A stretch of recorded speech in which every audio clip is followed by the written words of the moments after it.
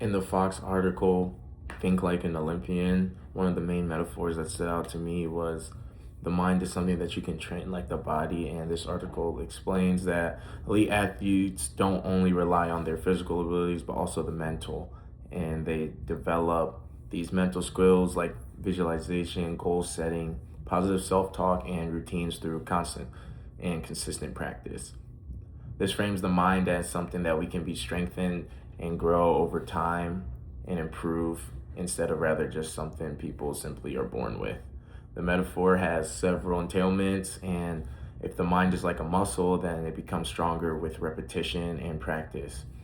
It also assumes that the mental performance can be developed through training, just as athletes build physical strength in the gym.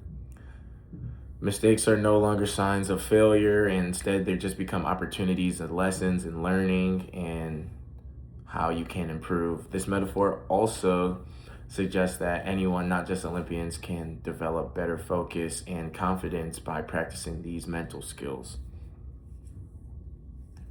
Another metaphor in the article is visualization as rehearsal.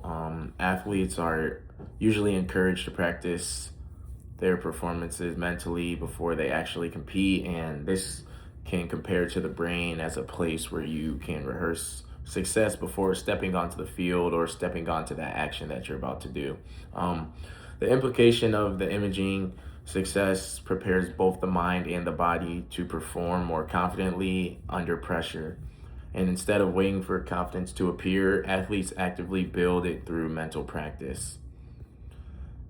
These metaphors shape the way we think about success, and rather than just seeing elite performance of the results of pure talent alone, the mind gives you an extra boost to get through deliberate mental training, and you'll really see the outcome. According to the conceptual metaphor theory, these metaphors help us understand abstract ideas like confidence, resilience, and focus, that by comparing them to familiar experiences that we've had, such as exercising a muscle or rehearsing for a performance.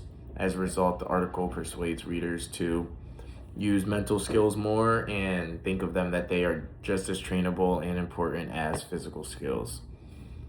This kind of relates to me because as a baseball player, the metaphor stood out to me because I've experienced this firsthand. A lot of people think that it's just about physical talent in baseball, but the mental side of the game is really important. If you go 3 out of 10, if you succeed 3 out of 10 times, you're Hall of Famer, you're one of the best. And in the box or in the batter's box, you have to kind of visualize yourself having success, because if you go up there not confident, not believing in yourself, not training the mental side of the game, then you won't succeed. And it's one of the hardest sports where you could do everything perfect and still not get rewarded for it. So you got to be mentally strong to kind of just compete, and you got to know that you're going to fail in this game and you're going to fail overall.